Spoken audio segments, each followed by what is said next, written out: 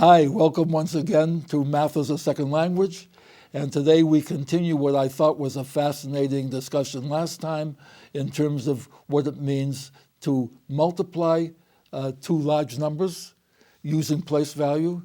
And in the same way that we introduced unadding after we introduced adding, today we're going to talk about unmultiplying as opposed to dividing.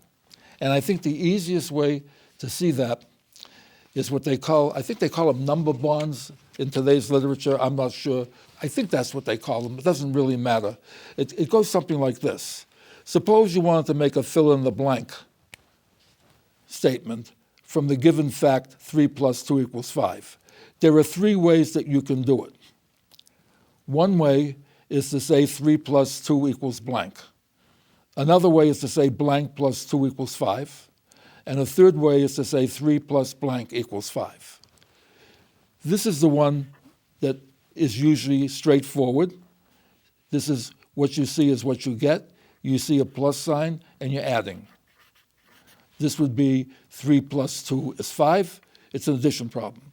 What happens is when you leave out one of the add-ins, one of the numbers you're adding, in other words, you have a number plus the sum but missing a number, that's what we refer to as unadding. And every time you have a fill-in-the-blank that involves addition, you have two blanks that involve unaddition. Namely, I can either replace the 3 by the blank or the 2 by the blank. And both of these would be a form of unadding. The same thing can be applied to multiplication. If you want to make a fill-in-the-blank from the number fact 3 times 2 equals 6, you can say 3 times 2 equals blank. You can say 3 times blank equals 6. You can say blank times 2 equals 6.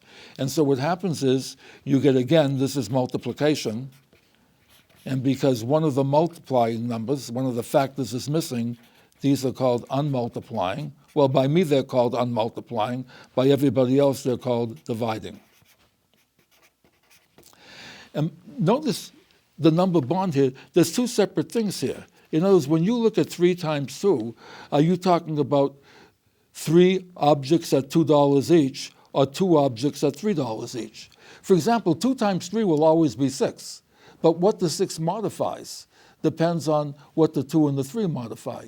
If I go into a restaurant and order 3 2-minute eggs, and the waitress brings me 2 3-minute eggs, it's the right number of egg minutes, but it's not what I ordered.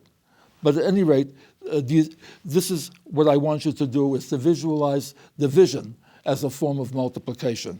When you see something like 6 divided by 2, what you're really saying is the number which I have to multiply by 2 to get 6 as the product. Now, with that in mind, let's go back to our discussion of last time, where we were talking about, I believe, the multiples of 13, and we were talking about a salesperson who was selling pens at $13 each, and we asked the problem like, how much money would he make if he sold 234 pens? See, here's the thing.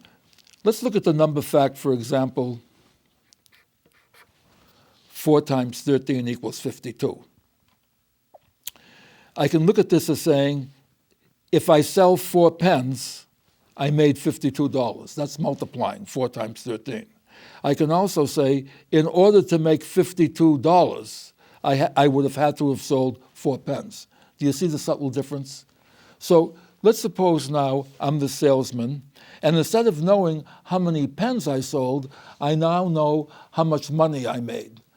And I'll make up a number here. I took in $2,821, and I want to know how many pens I sold. Now, one way to do this, as we mentioned last time, is I could just make this table and go all the way down. See, last time we said we'll go all the way down till we get to the 234th line. This time we say we'll go all the way down until the total amount that he made is $2,821. And again, can you see how tedious that is? Well, the average student says, that's no problem. I'm not going to worry about that.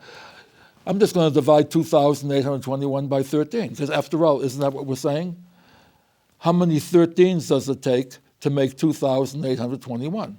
And I think you all know the mechanical recipe. You say, we used to call them Gazinta problems in my day. 13 Gazinta 28 twice. 13 times 2 is 26. You subtract the 26 from the 28, you get 2. You bring down the next number. You say 13 goes into 22 once. You subtract the 13. You get 9. You bring down the 1. You say 13 goes into 91 7 times. How do I know that? Well, I know the table. All I have to do is know the multiples of 13 through 9 because the place values, the denominations, take care of all the rest. And you say, how will I check this? If this is the right answer, what should happen? If I multiply 217 by 13, I should get 2,821. So I do that, and I get 3 times 7 is 21. Put down the 1, carry the 2. 3 times 1 is 3 plus 2 is 5. 3 times 2 is 6. 1 times 7 is 7, 1 times 1 is 1, 1 times 2 is 2. And if I'm making this sound like a rote drill, that's exactly what I want to do, because that's how many youngsters do the problem. It's a recipe. Anyway, let's go on. So you say 1, 7 and 5 are 12, carry the 1, 1 and 6 is 7, and 1 is 8. I get exactly the right answer. In other words, what number goes in here? It would be 217. Now, if you were to ask the average youngster, or even the average oldster, why does this recipe solve this problem? They say, I don't know, but it does. Now, in the old days, this was fine because there were no calculators. The important thing in the old days was to make sure you got the right answer. You didn't have to understand why it was the right answer, though that would have been nice. The thing was, don't make a mistake. It's going to cost you money. It's much the same way. It's not quite the same thing. I can drive a car, not as well at my age as I once did, but I have no idea how the car works. I know I can make the car go faster by stepping on the gas pedal, but why does that work? I know if I step on the brake, the car will stop, but why does it do that? And the answer is I don't have to know that unless I'm repairing cars. And in a sense, if all I'm going to have to do is get the right answer, I don't have to know why it works. I just have to be guaranteed that it will work. So let's find out, first of all, why it works. And secondly, by explaining why it works, how simple and understandable this algorithm is for division. This is a fill-in-the-blank problem. I know that each pen that I sell gets me $13, and I want to know how many I have to sell in order to make $2,821. And I'm leaving out the dollar sign because I don't want you to get the feeling that it has to be a money type of problem. In other words, these are the adjectives that we're working with, whether we're talking about books per carton, dollars per pen, whatever it happens to be. So here's what we do. Knowing that 13 times 2 is 26, remember I'm saying I'm going to know the first 9 multiples of 13. I know that 13 times 200 is 2,600. What that tells me right away is I must have sold more than 200 pens, because if all I sold was 200 pens, I only would have made $2,600. And I know I made 2,821. By the way, how do I know I didn't sell as many as 300 pens? Well, 13 times 3 is 39, so 13 times 300 would be 3,900. In order to have sold 300 pens, I would have had to have made $3,900. So by the way, just by this one observation, I already know that I sold more than 200 pens, but less than 300. But I want a better answer than that. So I say, okay, let me subtract off the $2,600 that I would have made if all I sold was 200 pens, and see how much more that would leave me with. So I subtract the 2,600 from 2,821, and I get 221. Now, from 221, I see that I don't have enough to take out another bundle of 100, because 13 times 100 is 1,300. I have enough to take out a bundle of 10, because since 13 times 1 is 13, 13 times 10 is 130. So that tells me I can take out at least one bundle of 10. I can't take out 2 bundles of 10 because 13 times 2 is 26. That means that 13 times 2 would be 260, and I don't have 260 left. But I can take away 10 more. If I take away 10 more, in other words, I now know I sold at least 210 pens, but that would still leave me with what? I subtract the 130 from the 221. I have $91 left to account for. From the table that I made, I see that 13 times 7 is 91, so I know I have to now sell 7 more pens. If I do that, that takes care of all the money that I took in. How many pens did I sell altogether? 200 plus 10 plus 7.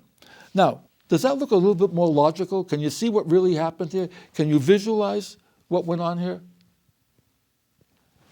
Let's call this method number 2. Let's call this method number 1. Is it fair for me to assume that you're more used to seeing method number 1 than method number 2? But that by the same token, method number 2, even though you may not have seen it that often, looks easier to follow than this sort of mystical formula over here. Now, let me show you how by doing this, showing the why, this suddenly becomes trivial, believe it or not. Look, when I said 13 goes into 28 twice, I put the 2 over the 8. Now, the 2 is always 2 as an adjective, but the position I put it in tells you what it modifies. Where did I put the 2? I put the 2 over the 8, so that even though it looked like a 2, it was really what? 26. 26 what? 2600. Okay? So far, so good. Now I subtract the 2600 from the 2821. I get 221 left. This 1 over here was put over in the tens place. It represents 130. Now here's what I want you to do. Look at this and look at this. And other than for the position on which they're in the paper, can you see any difference? Exactly the same. In other words, the few seconds that it takes to do this thing as a mystical magic formula, leaving out the zeros. How long did it take me to put these zeros in here? Not long. But those few seconds are the difference between a student understanding what division means, what unmultiplying means, as opposed to just memorizing this as a ritualistic tool. By the way, there's something else nice about this. First of all, to make the transition from my visual method to the recipe, we could do it this way. When we put down the 26, put down the 2 zeros and just write 200 over here. In other words, this tells us that if we subtract 213s from 2,821, we still have 221 left. Now, when we say that 13 goes into 22 once, that means the 1 is in the tens place. That accounts for 10, okay? There's your 130. I did this in a different color so you can see how they match up. Now there's 91 left. I know that 13 times 7 is 91. So what do I see altogether? I could take out 213s, then 10 more, and then 7 more. And later on, what you could do is just say, why don't we bring the 1 down and the 7 down, and we can eliminate putting in these zeros, etc. It doesn't really matter. But do you see the transition? Now here's another interesting thing. If I multiply 217 by 13 the usual way, by putting the bigger number on top, I wind up with what? I did previously 3 times 7 is 21, carry the 2, 3 times 1 is 3 plus 2 is 5, 3 times 2 is 6, 1 times 7 is 7, 1 times 1 is 1, 1 times 2 is 2. I get the same 2,821. It works. But there's no connection between what I did here and the numbers I'm seeing here. And the reason is I wanted to see how many 13s it would take to make 2,821. What I did here is to see how many 217s it would take to make 2,821. In other words, this is saying you sold 217 pens at $13 each. This one says you sold 13 items at $217 each. Now, if you do this problem the way I indicated previously in multiplication, where you multiply the same as you would even if the bigger number was on top. 7 times 3 is 21, put down the 1 and carry the 2. 7 times 1 is 7, the 2 you carried is 9. 1 times 3 is 3, 1 times 1 is 1, 2 times 3 is 6, 2 times 1 is 2. Watch what happens now. If I put these zeros in, I'll do it with this pen. Now for the first time, you actually can check whether you made a mistake or not, because the same 3 numbers you got here are the numbers you see over here. In other words, checking the problem this way, the multiplication shows you exactly what you did with the division. And this is very, very important to understand, because students will sometimes just do this as a blind exercise and not realize certain subtleties. For example, let's look at the problem 2,613 divided by 13. I've had students do this. 13 goes into 26 twice. I'll subtract the 26, there's nothing left. I'll bring down the 13. 13 goes into 13 once. The answer is 21. Now, if the student is memorizing, why should he think there's anything wrong with this? But here's what you want the youngster to see. If this is the right answer, then 21 times 13 should equal 2,613. Well, we know that 21 times 13 is less than 21 times 100, but 21 times 100 is only 2,100. So 21 times 13 is less than 2,100, so it's certainly less than 2,613. Now, the mechanical way that my children were taught, but it's a good way once you understand what it means, is they were taught that every time you bring a digit down, something else has to go up. So they would say 13 goes into 26 twice. There's none left over. I bring down the 1, but because I brought down the 1, something has to come up here. Well, 13 is more than 1, so I can't take 13 out of that. Then I bring down the next number, and that goes once. The right answer should have been 2001. Notice that what I did over here is taken care of automatically by doing it the method I showed you. In other words, when you put the 2 over the 6, it was 2,600. So that was 213s. When I subtracted the 213s, there was only 1 left. Not 10 left, 1 left. Now then, 13 goes into 13 once, so altogether I took out what? 213s and 1 more 13. In other words, what we did was 13 times 200 is 2,600, 13 times 1 is 13, and there was the answer, okay? Yeah, speaking of rote recipes, Abbott and Costello had their own version of a way to multiply and to divide that had audiences rolling in the aisle, so to speak. Let's see if I can reconstruct that. Abbott would do a job for Costello, and let's say he worked 7 days for $13 a day. And he would say to Costello, pay me for the time I worked. And Costello would give him $28. And said, I earned more than that. He said, no, I just multiplied 7 times 13. Now, in effect, what happened was, it would be like multiplying this way. 7 times 3 is 21, and I'll distribute the 7 with the 1 here. 3 times 7 is 21, 1 times 7 is 7, so the answer would be 28. And you look at this and you say, well, how could you do it that way? Well, that's exactly what they did. See, Costello would then explain to Abbott, look, you work 7 days for $13 each day. So I'm going to add these up. 3, 6, 9, 12, 15, 18, 21, 22, 23, 24, 25, 26, 27, 28. So all you're going to get is $28. He says, Costello, that's ridiculous. It won't check when you divide. He said, yes, it will. He says, look, 7 doesn't go into 2, so we'll try 7 goes into 8. Well, 7 goes into 8 once. 7 times 1 is 7. We subtract the 7 from the 28. We get 21. 7 goes into 21 3 times. Take your $28 and don't bother me anymore. Okay? Now, what's interesting about this problem is that this going from here to here is just as logical as the way we accept doing division, provided that this was the right way to multiply. But what happens is, in the same way that you laugh when the rote seems funny, you sort of get confused when the rote is too challenging. So at any rate, I just thought this would be something the students would enjoy, maybe you would enjoy, but let's now close by going back to our practice problem. You're going to pause the video, read the problem, do it, then come back and we'll finish up.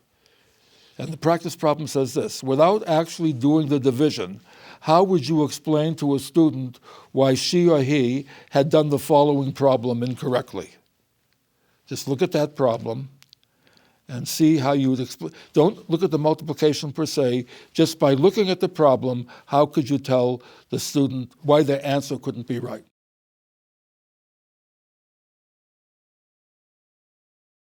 Look what happens. If this was the right answer, what should happen? 463 times 123 should give you 556,989. Now, 463 times 123 is certainly less than 463 times 1,000. But 463 times 1,000 is 463,000. So in that case, we would have that 463 times 123 is less than 463,000, hence it's less than the correct answer. So something went wrong here. And again, what went wrong is, let's do the problem the correct way, meaning the way we understand the adjective noun theme. When we put the 1 over here, the 1 really stood for 1,000. 1,000 463s is 463,000. When we subtracted, we got 93,989. Okay? Then we saw that 463 goes into 939 twice, but by putting the 2 over here, that was 200.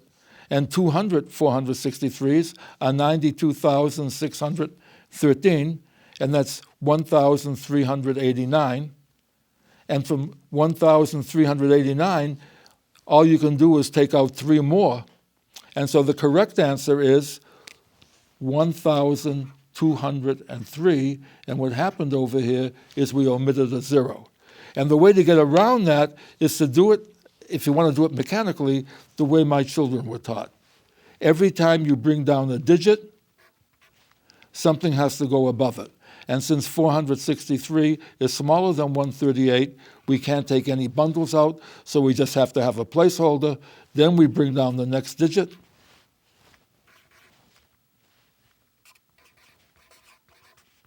And the answer is now correct. At any rate, I think this should conclude what we're doing for today, and I'm going to look forward to seeing you again next time.